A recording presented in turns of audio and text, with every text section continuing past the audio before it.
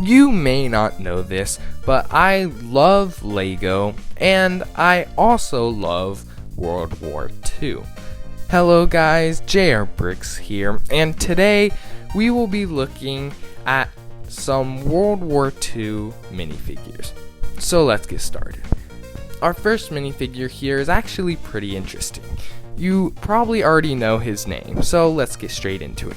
He has a really nice torso, and also he has a really interesting looking gun. It's very detailed. His torso shows all of his medals, and his face even comes with that unique handlebar mustache. His hat also shows a special insignia right on the front.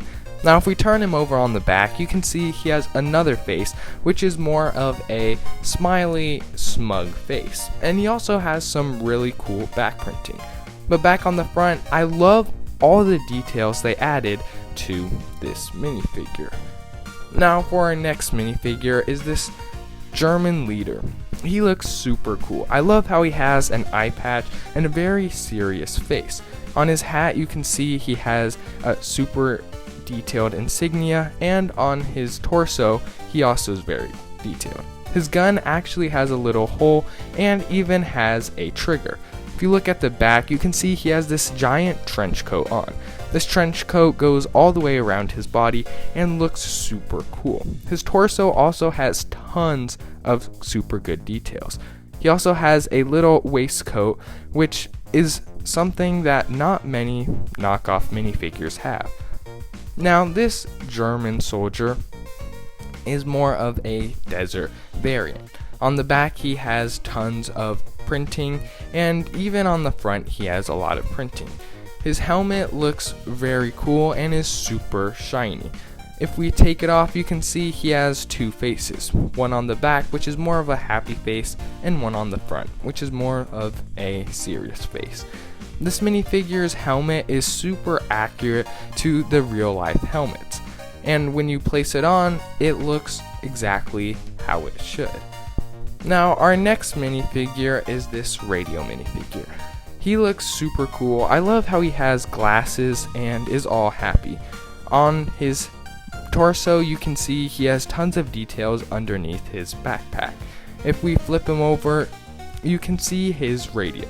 His radio has tons of details, tons of little buttons, knobs, and dials, and even comes with a giant antenna. If you look at his hat, it also has the insignia. His headphones even go over his mouth and where his ears would be if he had any.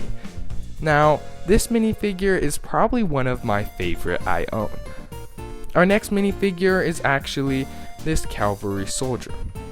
He is super cool, and he comes with a very nice looking bearded face and a super cool hat. Not only that, his pistol is super unique, which is something I love about this minifigure. His sword is giant, and if you go to his back, he can actually stick it on this back holder he has. Although it is bulky and pretty ugly, you don't have to have it on if you don't want it. The sword is not the right color, but that doesn't seem to bother me too much. For our next minifigure, we have this flame trooper. This flamethrower is super cool. I love how much detail they put on it. Not only that, the backpack has two tanks, which is something I loved. The detail on the legs or even the torso is amazing. You can even pull off his mask he has to reveal a face of him smoking. Now, the backpack does make it so the arm does fall off, but it's not too big of a problem.